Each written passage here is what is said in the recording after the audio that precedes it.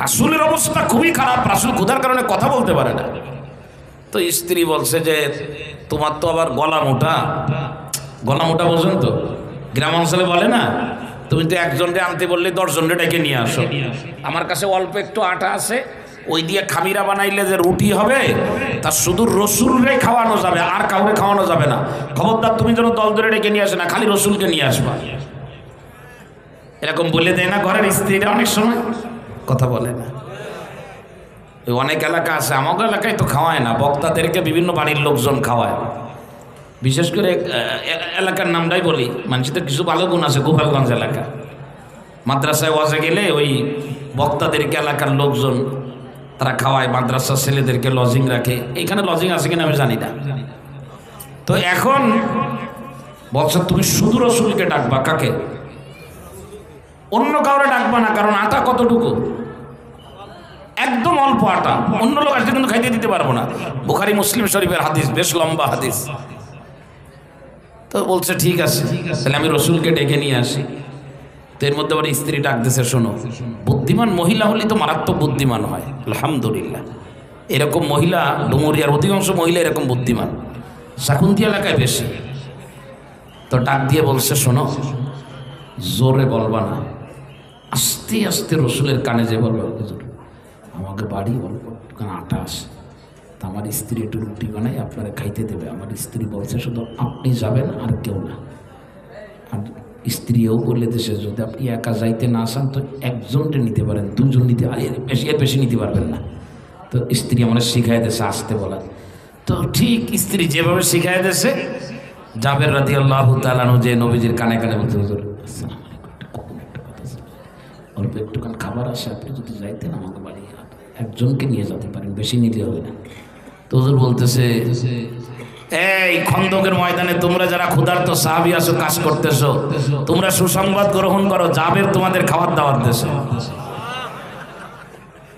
বলছে হুজুর আমি আপনারা বললাম কি আর আপনি করলেন কি? খাবার তো আছে, একজনের খাওয়ানো যায়, সেইখানে বেশি একটু সুন্নত তরিকায় খাইলে 2 জন খাইতে পারবে, তা আপনি সবাই ডাক দিলেন। আমি তো আমার আস্তে আস্তে বলতে বলছে আমার স্ত্রী। তো বলে তোমাকে তোমার স্ত্রী যা বলেছে তুমি সেই দায়িত্ব পালন করেছো, আর আমি ওই খাবারের যখন খাওয়ার অধিকার পেয়েছি তো আমি আমার দায়িত্ব পালন করে আমার সাহাবীদেরকে দাওয়াত দিয়ে দিছি। তোমার হাতে এখন কোনো চিন্তা নাই, খাওয়ানোর দায়িত্ব হলো আল্লাহ। চলো। দল ধরে সাহাবায়ে কেরাম খন্দকের ময়দান থেকে একদম মিছিল করার মতো, কারণ ক্ষুধার্ত লোক যখন খাবারের বায়না হয় তখন কিন্তু একটা আলাদা ধরনের ফিলিংস কাজ করে ভিতরে। আমরা যখন কেশবপুর আলিয়া মাদ্রাসার হেফজখানায় পড়তাম, তো জুমার দিনে বিভিন্ন অঞ্চলে পাজিয়া ঠাজিয়া দিয়ে এইসব অঞ্চলে আমরা খতম পড়তে যাইতাম, মানে কোরআন শরীফ পড়ে দুপুরে খেয়ে চলে আসবো। তো আল্লাহর মেহেরবানি, মানে এমন খাওয়া খাইতাম জুমার দিন যাতে পরের জুমা পর্যন্ত আর ক্ষুধা না লাগে। এটা ক্ষুধার্ত থাকলে খাওয়ার এরকম চাহিদা তৈরি হয়। সাহাবায়ে কেরাম খুব আনন্দের সাথে যাচ্ছেন। স্ত্রী যখন দেখছে যে নবীজি আসতেছেন, সাথে সব সাহাবী আর সামনে হলো তার স্বামী, বলছে সর্বনাশ করছে। আমি বলে দিলাম আস্তে আস্তে বলতে, এমন হয় জোরে বলছে, সবাই জেনে গেছে। স্ত্রী কাছাকাছি গেলে মুখ অন্ধকার। তো স্বামী জাবের রাদিয়াল্লাহু তাআলা বললেন, তুমি কোনো চিন্তা করো না, ঠিক যেভাবে বলছিলাম ওইভাবেই আমি নবীজিকে বলেছি, কিন্তু নবীজি আমাকে বললেন তোমার কাজ তুমি করেছো, আমার কাজ আমি করেছি, কোনো চিন্তা করো না, চলো সবাই হবে ইনশাআল্লাহ। রাসূলে কারীম সাল্লাল্লাহু আলাইহি ওয়াসাল্লাম জাবেরকে আরো কিছু বলে দিলেন, জাবের ঘরে ঢুকে তোমার স্ত্রীকে আটায় হাত দিতে নিষেধ করবা, আর ছোট্ট একটা ছাগলের বাচ্চা জবাই করা যে গোশতয় হাত দিতেও নিষেধ করবা। আমি অনুমতি দিলে তারপরে রুটি বানাবে, এরপরে গোশতের পাত্রে হাত দেবে। নবীজি জাবের রাদিয়াল্লাহু তাআলা বাড়ি পৌঁছায় গেলেন। মেহমান তো অনেক, খাবার হলো অল্প, কি হবে না আল্লাহই জানে। তো নবীজি ভিতরে ঢুকে প্রথমে যে খামিরা বানানো আটা, রুটি বানানোর আগে এটাকে খামিরা বলে ভালো বাংলা, এটা কাপড় দিয়ে ঢেকে রাখে হোটেল আলারা, তো এরকম ঢাকা ছিল।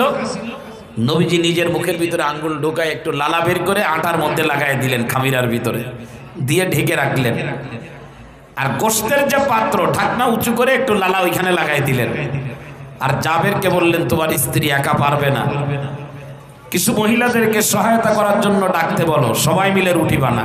প্রিয় ভাইরা, সবাই মিলে রুটি বানানো শুরু করলো। নবীজি বললেন ঢাকনা উঠাবে না, আর আটার উপরে যে কাপড় আছে ওই কাপড়ও উঠাবে না। এই হাদিসের আলোকেই তবলিগ আলারা উলামায়ে কেরামের কাছ থেকে হাদিস শোনার পরের থেকে তবলিগের নিয়ম, খানা বাড়তে গেলে ঢাকনা উঠানো যাবে না, ওইটা ঢাইকে ভাবতে উলামায়ে কেরাম সব জায়গায় লাগবে। এখন রুটি বানানো শুরু হলো। রুটি গরম করে করে, বুখারী মুসলিম শরীফের হাদিস, ঢাকনা দিয়ে ঢাকা পাত্রের ভিতর থেকে গোশত উঠায় রুটির মধ্যে দেয়, আর খন্দকের পরীক্ষা গণনে কর্মরত সাহাবীদের হাতে দিয়ে দেয়। এক একজন সাহাবীকে দেয়, তৃপ্তি সহকারে খেয়ে খেয়ে প্রত্যেকে রওনা হয়ে গেল। এমনকি সর্বশেষ নবীজিও খেলেন। খাওয়ার পরে জাবের রাদিয়াল্লাহু তাআলা আনহু ঘরের ভিতর থেকে বের হয়ে গেলেন।